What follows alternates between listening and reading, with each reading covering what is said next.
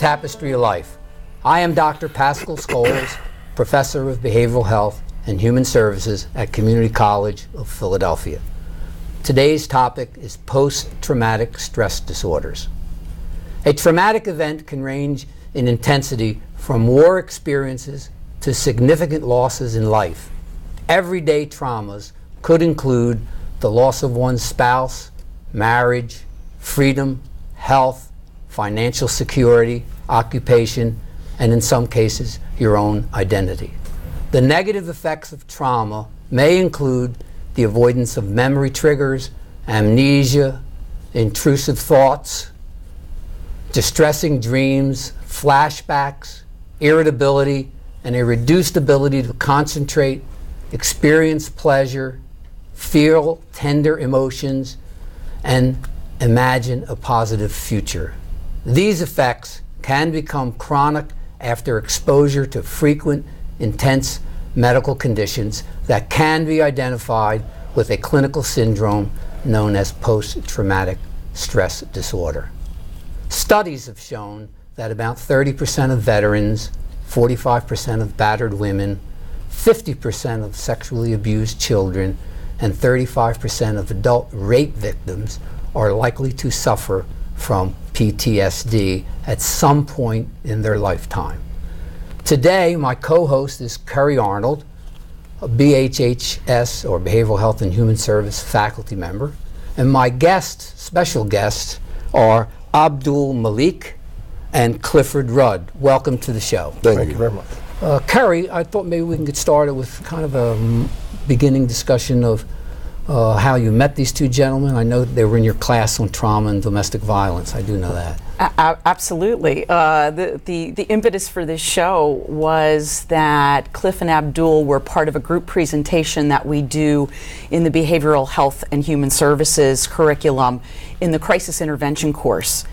And they were so moving and poignant in sharing their lived experiences of PTSD. I thought that we would really benefit from having them come to the show and talk a little bit more and educate the public about what the impact is of PTSD. Through their experience. Through their experiences. Well, who would like to? Maybe Abdul. Okay. Since you're the bigger one of the two, I think I'll start with you. You could tell us a little bit about what's been happening? Well, I'm a U.S. Army veteran. I entered the military in about 1984, and in terms of the post-traumatic stress disorder, I've had some pretty serious training, some pretty hard military training, and I've been in 2 tours of combat. Okay. Now, I want to say that I really believe that the beginning of this was in the military training. All right, starting with combat training. After combat training, I was sent immediately over to South Korea. I was on the DMZ, that's a demilitarization zone between North Korea and South Korea. And I saw some things that impacted me, and I really didn't think it was a problem at first. Yeah, like what kind of things? Well, on the DMZ there's constant patrols. And you would see people would be well, we've had some some military experience with people being killed. Okay. One of my commanders was beheaded with a hatchet. Okay. And you saw this? Yes, yes.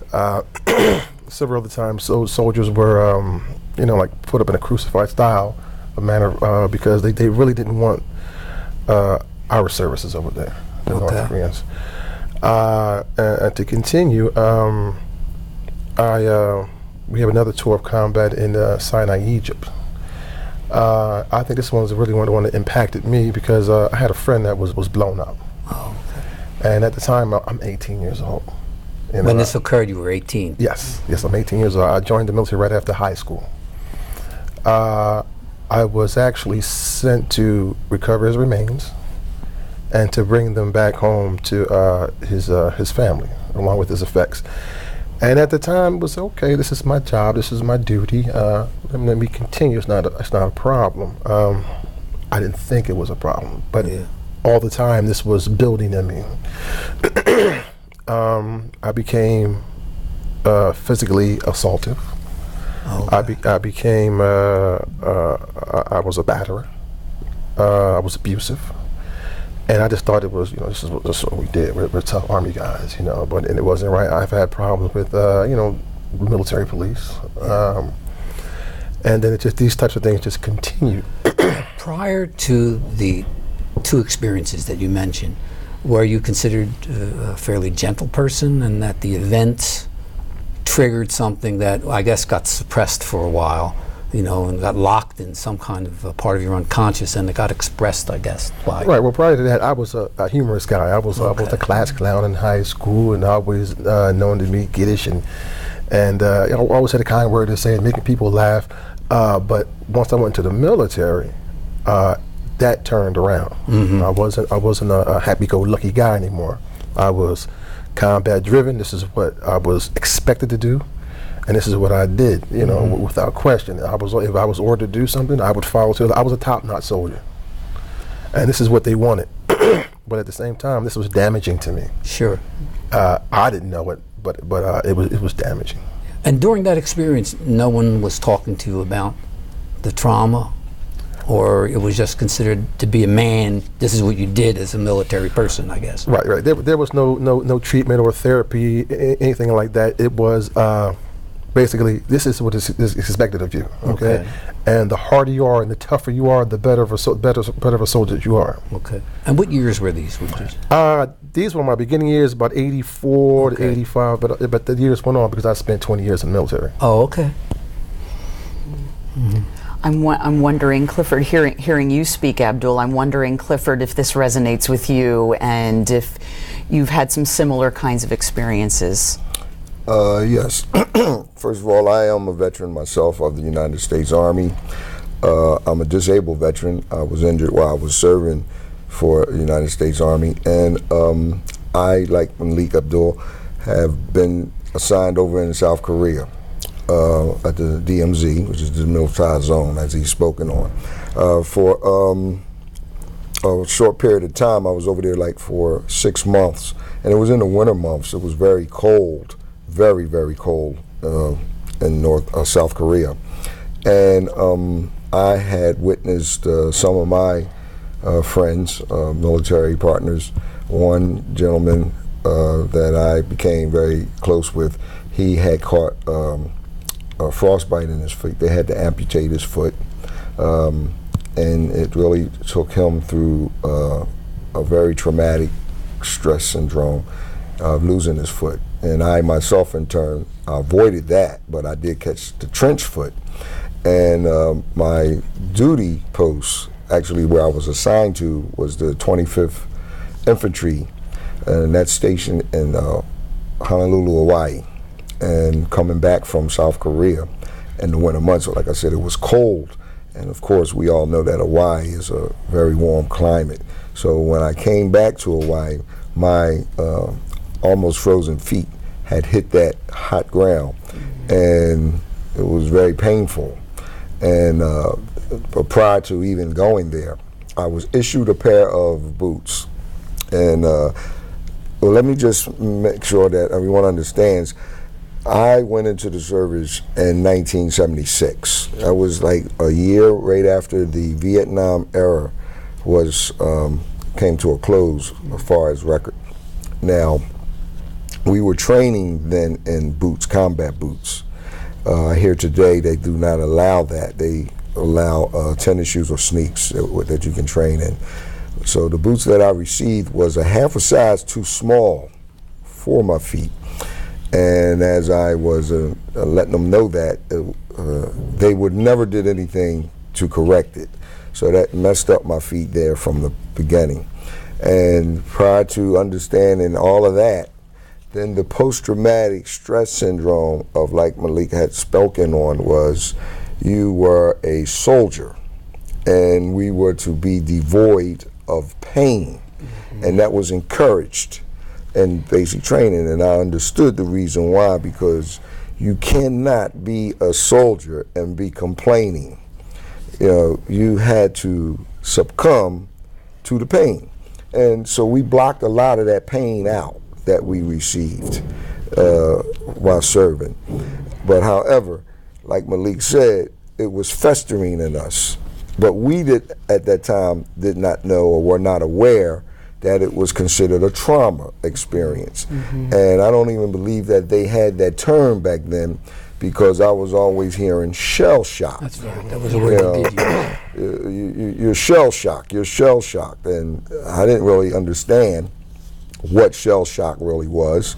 I was thinking like shells went off and you got shocked, but actually it was upgraded to post-traumatic stress disorder. Well, I just want everyone to know that from time to time you're going to hear noises in the background. There's some construction going on right now around the CCP TV site. So I apologize for that, and we'll try to continue, and hopefully we won't. You can hear them right now, as a matter of fact. So we'll continue. Clifford, when you realized that you were traumatized, you had mentioned to me, at least earlier, that medication, self-medicating, was an important thing. I'd like to ask both of you, how did medication play a part in you dealing with the initial trauma? Well, for myself, it really was a form of escape, I thought, but it really was no escape there. All I did was suppress it to the best that I thought that I was suppressing it, meaning that I wanted to not think about the trauma. Various drugs I tried, and they were street drugs, and I didn't realize that I had to stop the street drugs until I went into treatment from the Veterans Administration. What kind of drugs were they? Was it heroin or it was sedatives? Sedatives, amphetamines, LSD. I did all types of drugs.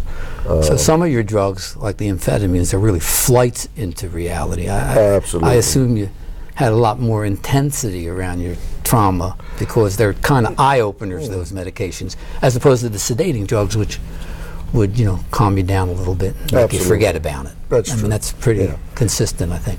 And I realized that once I went into the treatment program, that I had to stop that type of medication, which was self-medicating. And then they put me on their medication, which helped. And it really did. And I'm still on the medication as we speak. Oh, what medication do they have you on now? Well, this is medication for the sleepiness, because I really don't get enough sleep. Oh, all right. Thoughts. I'm practically always in my mind about the events that I've witnessed. Because I need to say, just like he said, one of his friends he saw murdered or killed. Well, when I was in there, I've seen one of my buddies rolled over by a gamma goat. For those that don't know what a gamma goat is, it's similar to a tractor. It has like 6 wheels on it, and he was smashed. Sure. So, and that was the first incident that I witnessed, and it just kept playing over and over and over in my mind. So, and even today, I wake up out of my sleep thinking about incidents like that. Do you still, I'll get to Clifford in a sec. Abdul, I'm sorry. I'm talking to Clifford right now. Based on my experience in dealing with post-traumatic stress disorders with military people, your dreams can be quite frightening, I assume. Absolutely. Yeah, and you almost wake up there. Absolutely. Is that right? That is correct, yes. Do you feel comfortable in explaining maybe one of those dreams so that the audience could get a sense of the terror that occurs in your dream? Oh, not at all. Actually, the dreams come, you have no control over them. Right. That's number one. And you'll wake up out of it because you feel like you're there, again. And you may start sweating, which I have. I find myself unable to go back to sleep. And when I do wake up, I say, wow, it's just a dream. However, and you're happy that it was a dream. Absolutely. You're happy it was a dream. But it's so real. Real, yeah. Because you have lived that experience. And it's very frightening.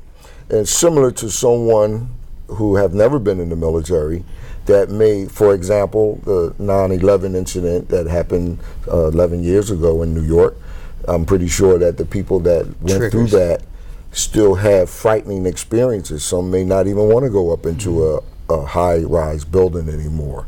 Well, that's the same way with me. For when I first came back from the military, it took me a very while, a long time, to want to go to the park. Wow. Because that's pretty much where my life was spent, in the woods, in field. We call it the field.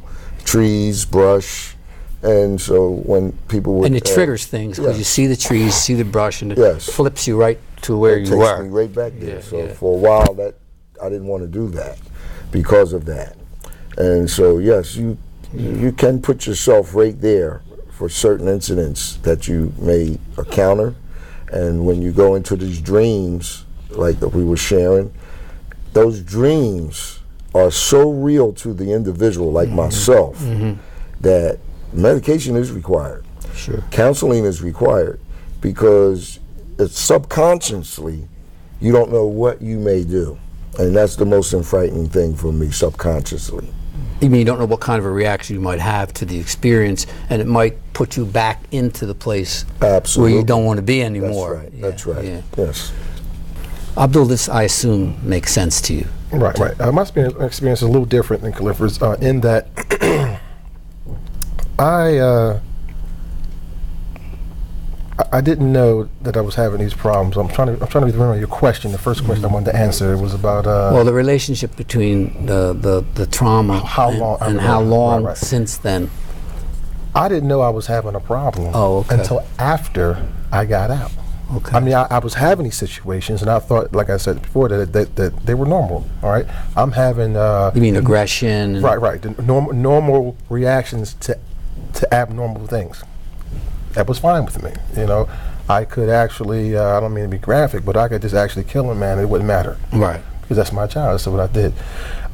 After I got out of the military, well, let me back up, because I want to relate the uses of substances.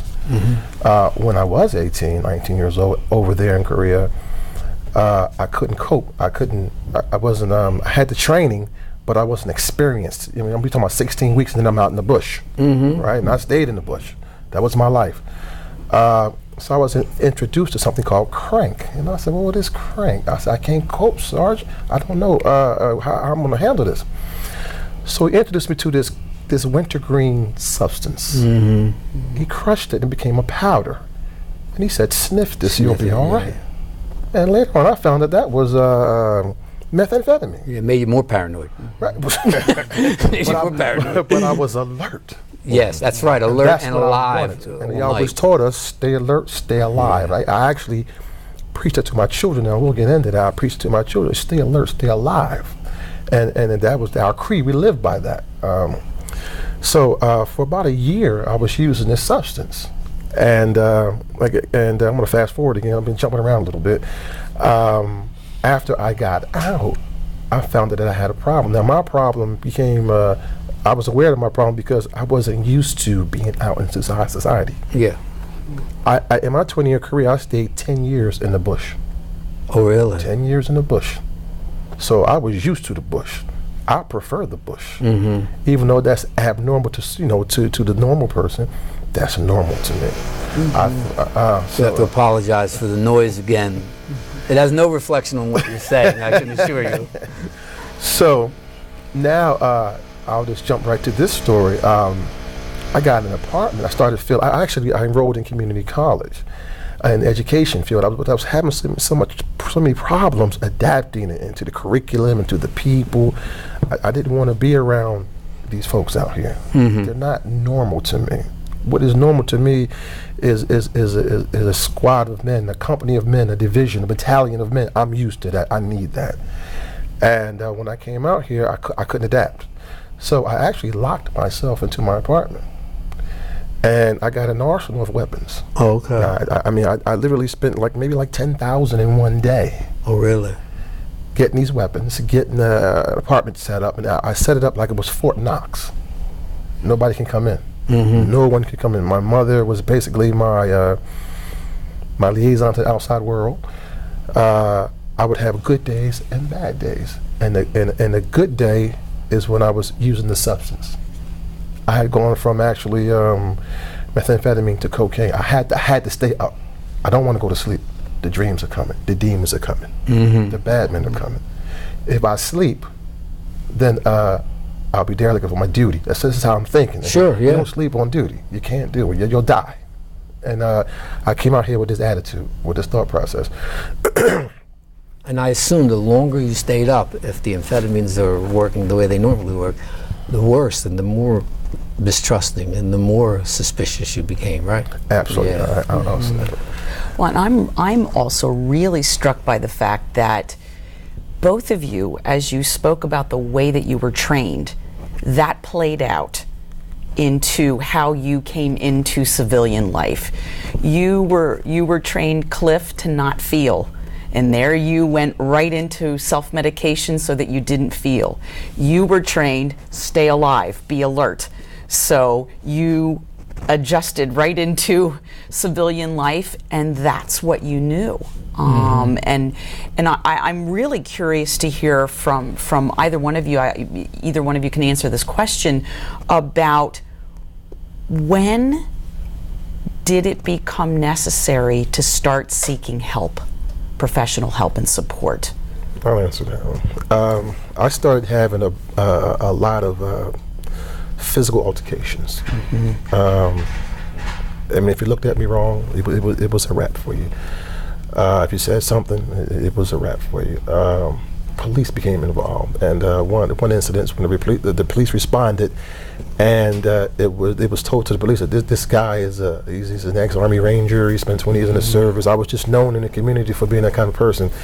Well, he called for backup, and I kept getting into these physical altercations. I kept having these problems, and then one day I just had what I would just call a nervous breakdown. The weapons weren't protecting me anymore. The walls that I put up weren't protecting me anymore. I said, something's going on and I don't know what's happening. And I kept talking to my mom, and my mother said, well, listen, why don't you go seek some help? No, Mom, they can't help me. I didn't understand the VA at this particular point in time. I wasn't involved like that. VA being the Veterans Administration. I wasn't too much involved like that. I didn't know the intricate workings of the VA and what they can do for you. And I happened to be living right across the street from the VA. So I guess when the demons became too overwhelming for me, I paid them a visit. I was crying and I broke down, and something just moved me to go seek this help. Once I got there, mind you, I could only receive help, and I'm only comfortable with military veterans, particularly from the Vietnam era. I got this fixation with the Vietnam War. These are the guys that really, in my mind, really did the hard work, and plus I related to it because these are the guys that trained me to do what I did in the military. So once I went over to the VA, I broke down in front of the guys, and he was like, listen, and they had a lot of pride, I was embarrassed, but I had to do something. I said, listen, he told me in private, and he said, listen, I understand what you're going through because I've been through it. The guy had my hand, and I was like, wow. And I felt that he understood me versus a normal therapist or clinician, I'd gone to school and hadn't dealt with the veterans, because I think it really takes a special kind of person to deal with veterans, and one that's pretty much has a veterans experience.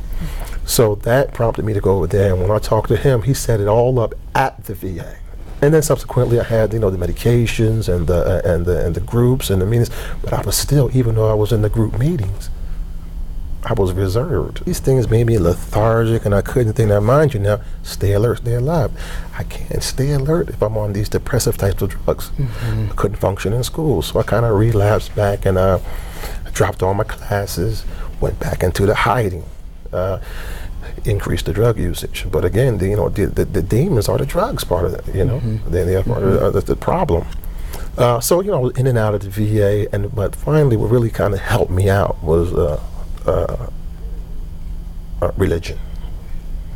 And we believe, and I'm Muslim, and we believe that in the book we call the Quran, that there's the medicine is in the book. Reading, abiding by. So I said, okay, well, let me get off the street drugs, as Cliff said. Let me leave the cocaine alone. Let me start reading more and understanding my situation, and let me start being more obedient to God. And maybe I might be better off. And it started to work.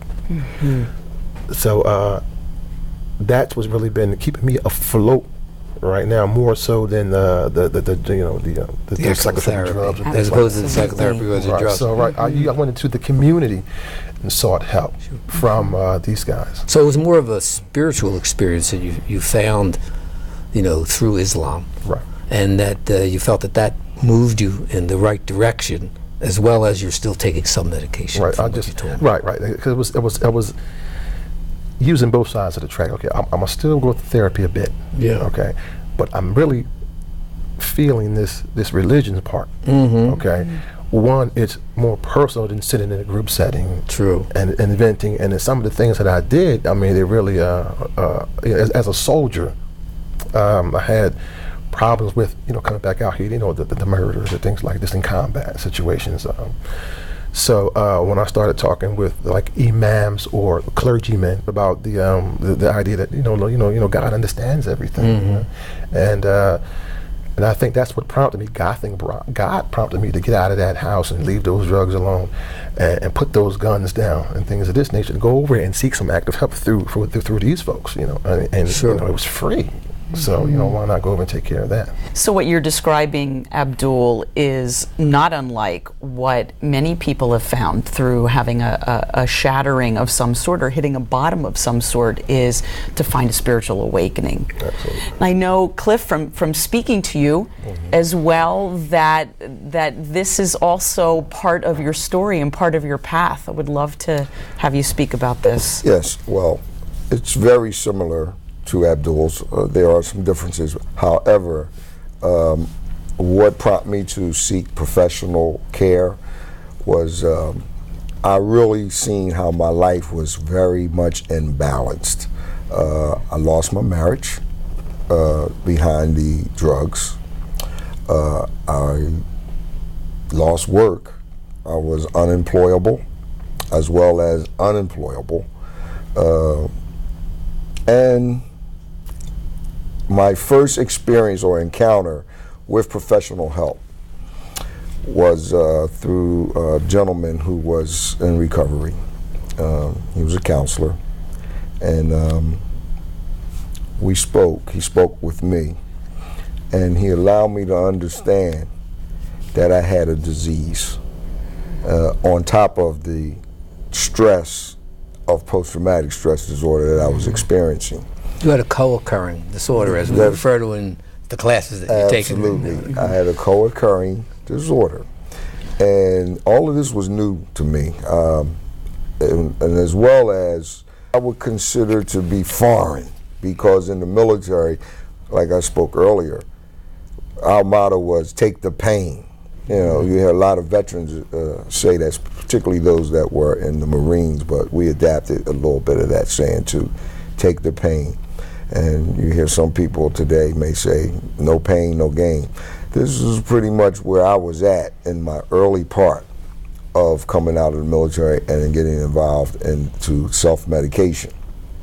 And I like to use that term, self-medication, because I was looking for some relief from what I was involved in. And so going back to the gentleman who was in recovery, he allowed me to understand my dilemma, what I was experiencing, and what caught my attention was some of the cliches that he was throwing out at me, like first things first, easy does it, and stuff like that. And I said, okay, well, I never heard that before. So I ended up continuing to talk more and more with him, and that put me on the path of wanting to get more and more treatment or more professional help. And to this very day, I honor anyone who is experiencing any kind of trauma to seek some type of professional help and not try to just resolve it like Abdul was saying. He was trying to do it all on his own, locking himself in the room, isolating, and because the walls can close in on you. And for a lot of us that are experiencing some form of depression or trauma, the walls do tend to close in on you. And you start to feel like you're alone, and I was feeling like I was alone, and everyone that I loved or thought I loved was getting away from me because I wasn't the same person that they once knew. And then I had to come to understand I am not the same person, and that's really what prompted me to go and get professional help. When you say you were not the same person, if you look at the time span that from when the trauma occurred, and then when you went kind of, we'd say, I guess, negative on yourself for quite a few years, how long of a span was that before you realized that you needed to do something about it? And if you, either one of you could relate to this, was there a particular event that you said, I need to change? I do realize now that this is bizarre, what was going on, and that I've now come to the realization that I'm not who I really want to be, a positive, warm, understanding, sensitive person. Could you relate a little bit to the history? That transition might be helpful to some people. And then I do want to spend some time talking about the importance of faith and spirituality and human services, because there's a whole course that I teach now in that area. And it's amazing to me how many people find through a spiritual kind of awakening an ability to get out of the rut that they're in and move into a new place of recovery and transformation. And it truly can be very transformational, but I want to keep them maybe separate for a moment. Let me answer. We'll go back to the... Okay. My time span was about 2 years of total chaos. Oh, okay. Now, and I'm going to explain to you in these segments, this is what was going on in my mind. I would have an episode or a crisis, didn't know what was going on, where I would become physically assaultive. Now, the way they train you is you're going to see first what you hit, and then you're going to hit it. Now, I may see several different areas on your body that I'm going to attack, and that's the way I was going. Now, I would say in my mind, okay, he has offended me, she has offended me, she has to be dealt with it physically. Now, after that, I would commit the act, and then I would be remorseful. Why did I do that? What's going on with me? What's happening? You know? So I went through that period for a long time to where I had gotten married, and I was physically abusive to my wife, and there was no excuse for it, but I thought it was okay at the time. Yeah. So and I would go through these spells. Okay, I'm going to do that, and it wouldn't matter male or female. You know, if I was aggressed or felt aggressed or felt as though someone offended me, I would attack in that manner. And I mean, I'm actually a combat expert, hand combat expert. So I shouldn't have been doing that. But at the time, I couldn't reconcile. I didn't know, so I would commit that act. Something would say, "Do it." That act would occur, and then afterwards, I would kind of like process it. Did you do it right? And then why did you do it? So that I was going on with that for 2 years, and I began to feel bad. What's going on? What's wrong with me? Why am I doing this? This is fine on the battlefield, but I couldn't make the distinction. The battlefield to me was wherever I was. It didn't matter. I could be at Broad and Allegheny. That's the battlefield. And God forbid I get on the subway, and you know how these folks are on the subway, it's going down on the subway. There is a battle going on down right. the subway sometimes.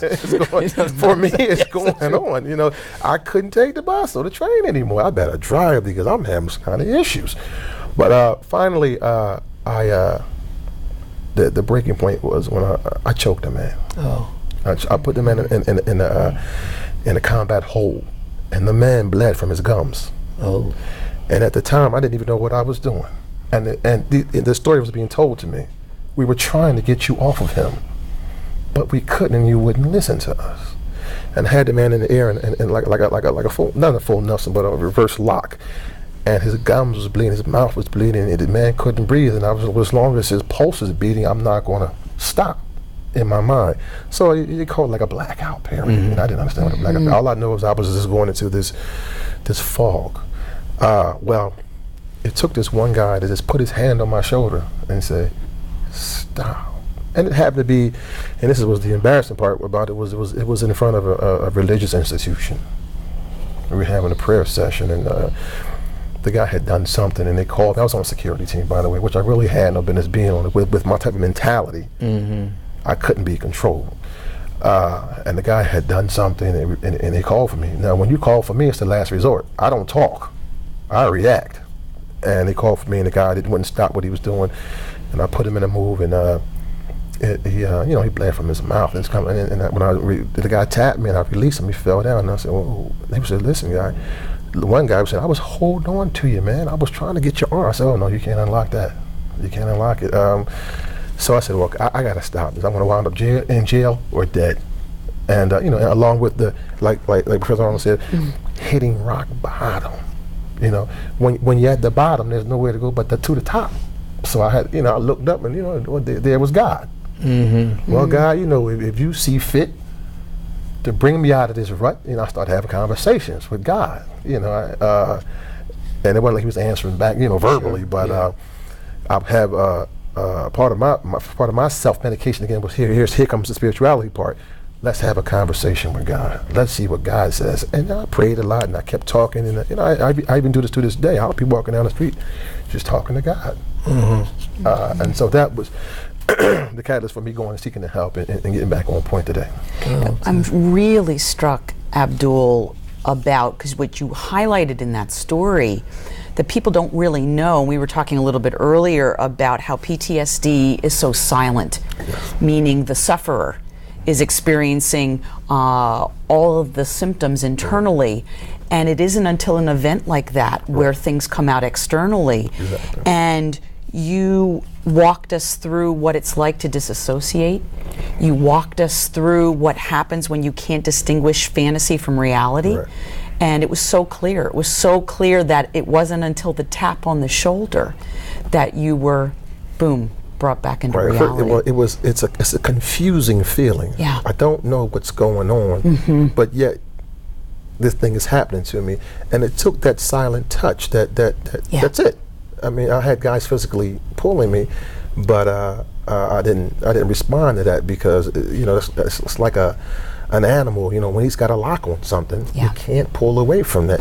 But maybe if you talk calmly, if you give it time. So I'm thinking, okay, this is the God of hand acting through this young man, tapping me, let him. And that's all he said was let him go, and that was the end of that.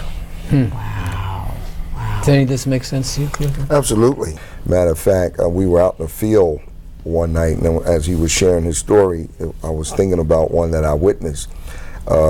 These two soldiers, we were in the same unit, all of us were, and it was late at night, you could barely see.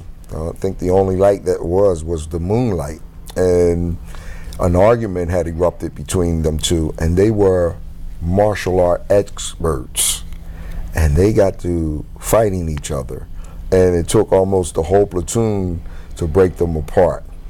And so when you were sharing your story, that brought me back to that incident. And just, I guess, believe, like you said, by the grace of a higher power or God, they didn't kill one another. Clifford, let me ask you, how long was it from when you realized the event that you realized that you needed to do something about it? Well, it was similar to what we asked. Okay, well, first of all, let me share that my drug addiction started way before I entered into the military. It escalated higher when I got into the military. The drug usage started at the age of 13. And it continued until I went into the military, which I went in at 17. And it was just basically marijuana at the time. But then when I entered into the military, it escalated to the hard stuff, and along with Were you introduced to those medications? I mean, the drugs in the military? You said you started with Well, the marijuana was introduced to me here on the street. Right.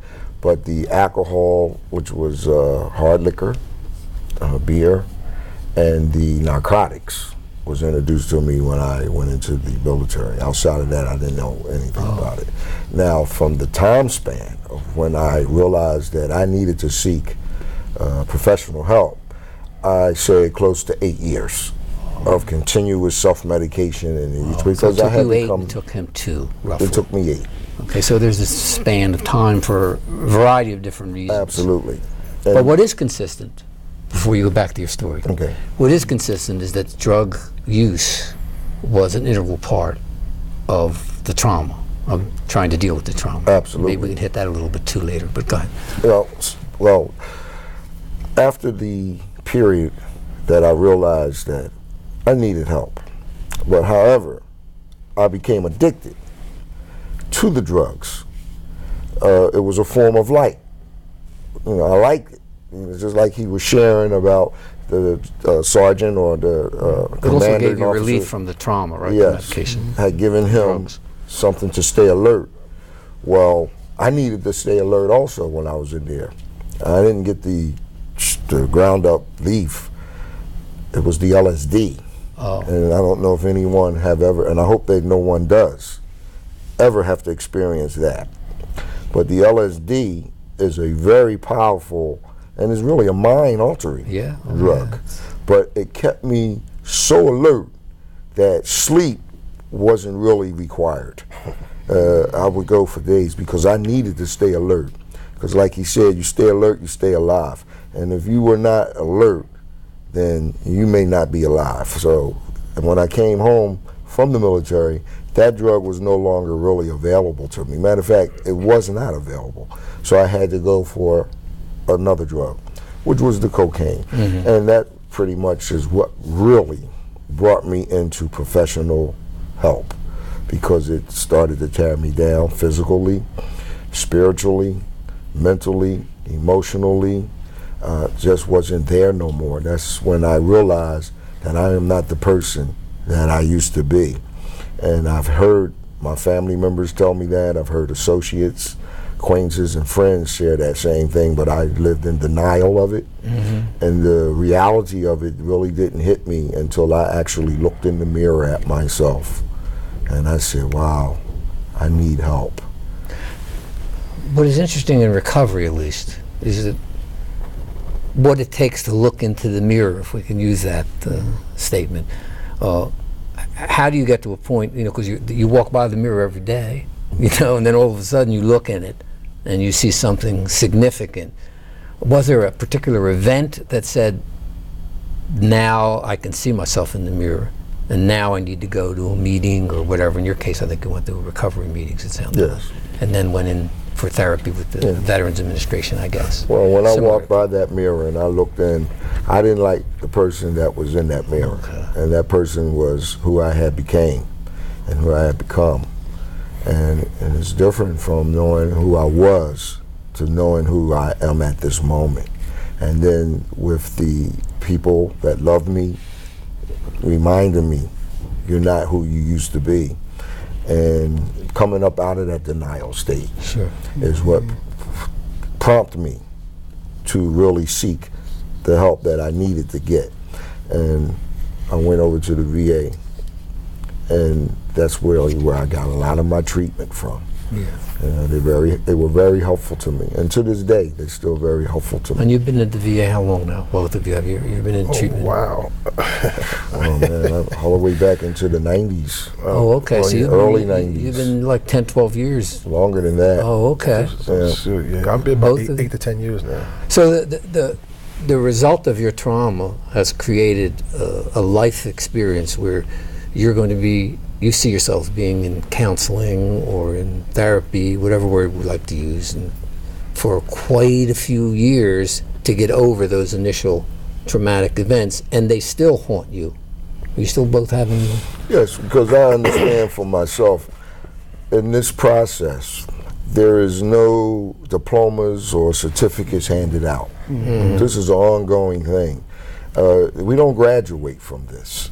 Yeah. You know, all we do is continue to allow ourselves to understand that this is a situation that we have to deal with on a daily basis. There's no saying that, okay, I got this, I'm healed, now I can move on. No, you have to always be mindful that you have a problem. And if you're mindful of that problem, then you can have some kind of control Yeah, over how you I act. smile. You know why? Because there was one of the theorists, Carl Jung. I've talked about him a lot, in the faith course. And interesting, he said nothing's linear, everything's circular. Mm-hmm. What you're trying to do is expand your circle of experiences so that instead of going like this all the time, it loops more and you get more of life in, so that when it returns, you're better at dealing with it, then it loops again. But you never, ever lose it. If you lose it in consciousness, it goes into your unconscious. If you lose it, when it comes out of your unconscious, it comes into your conscious. You're always dealing with it. You just get better at managing life stresses. And that's what it sounded like. Exactly. What's going on. It. And the medication is kind of like an aid. Right, a buffer. If you just rely on that, you'll never really get healthy. That's right. I mean, it does help. No, I'm not arguing that. I'd be the last one to say don't take your medication. But I mean, the medication is helpful, but it will never get you to expand that into more of what's a more of an elliptical feel about life. Well, so that's you true. get more of your health and then it turns. The question in turning is that as you get more experience, the expectation is that you see it better as it comes towards you now. That's right. And you could deal with it more effectively because you have a support system and you have your therapist and you have your and you have your friends and you have a new life. That's why we talk about people, places, things, and situations. That's right. I mean, it makes a lot of sense. It does. And I'm glad you mentioned the support group because that is the most important part of understanding where you're at and trying to recover or being involved in recovery. And it doesn't just limit itself to the drug thing. You know, it's not just about drugs. It's also about life experiences. You know, because once I put down the mind-altering substance, life still shows up for me. Right. You know, it's there every day. But it's now how I deal with it. You know, I don't have to act out on it negatively. I look at it and accept it for what it is. And that's the same way with the post-traumatic stress disorders, you know, of living in the past of military experience. I am no longer in the military, but the military is still in me to an Definitely. extent. It'll be there all your life. All of my life. All your life. So, the question is how you're going to manage the rest of your life. That's right. Based on your past life experiences. That's right. And I have nothing bad to say about the experience that I went through when I was in the military because it really did allow me to understand how to really become a man. And it taught me a lot.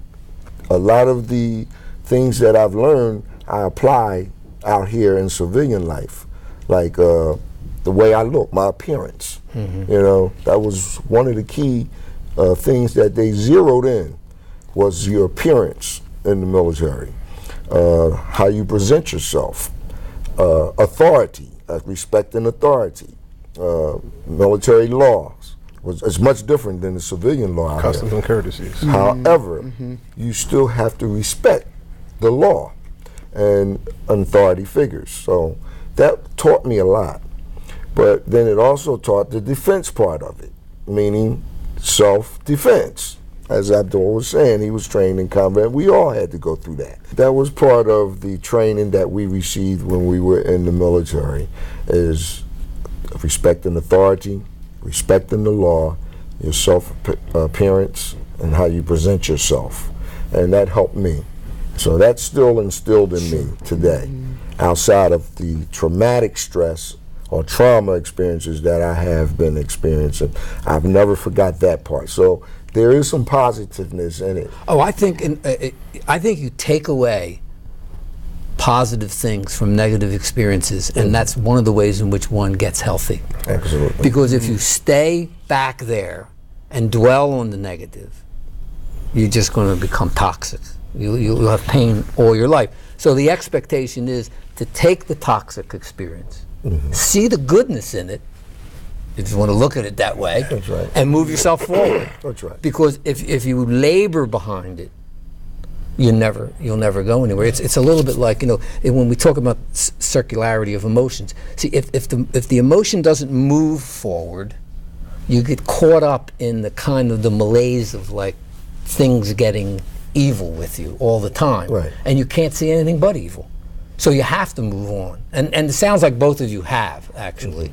Absolutely. You know, it's interesting, Pat, because what you're talking about, it's going to lead to something I want to ask Abdul about. That he was so great about sharing as part of the class and as part of the PTSD presentation, is the fact that when you both have received the help and support that you continue to do, and you're really at a place in maintenance of your symptoms, that it allows you to have both integration, like Pat's talking about, but also some distance and space from the actual chaos of the experience and the symptoms, so that when things start to, if there's a wrinkle in the system, so to speak, you recognize it because you've got some space from it and you go, oh, there's something happening with my symptom and I don't like what's happening in this moment.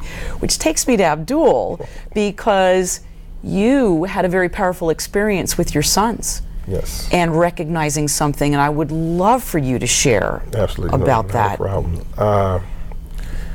The majority of my family has been in the military since World War II.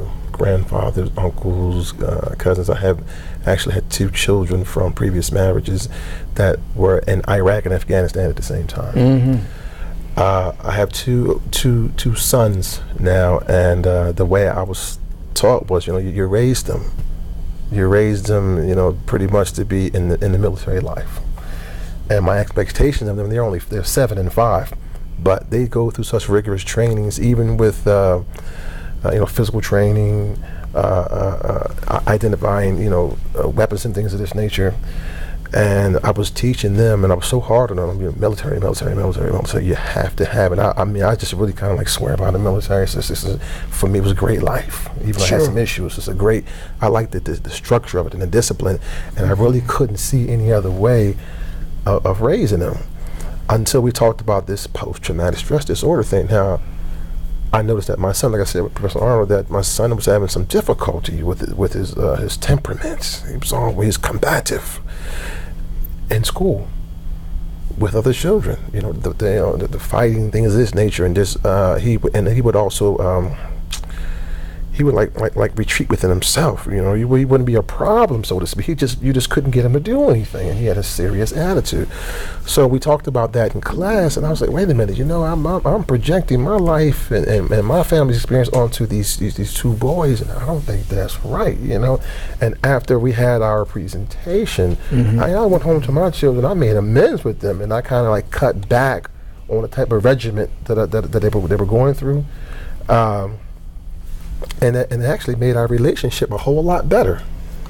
So, we stopped. We still do the physical activity, but I asked them, what would you like to be? Well, in the beginning, it was always, we want to be soldiers. And I would ask them, well, what makes the grass grow? And they would say, blood.